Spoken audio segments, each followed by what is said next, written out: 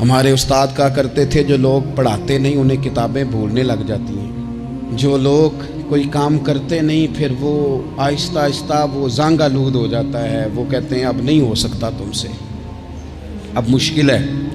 सज्जनों, दोस्तों, बुज़ुर्गों, भाइयों, जो लोग शुरू में इबादतों के आदी नहीं होते, वक्त ज़ाया करते हैं, बुढ़ापे में दिल करता है तौबा हो जाए, लेकिन अपने माथे को सजदे की आदत ही नहीं डाली। ये जिस्म झुकना उसका आदी नहीं हुआ कि रब की बारगाह में झुके। इसका मिजाज ही नहीं तहज्जुद पढ़ने का।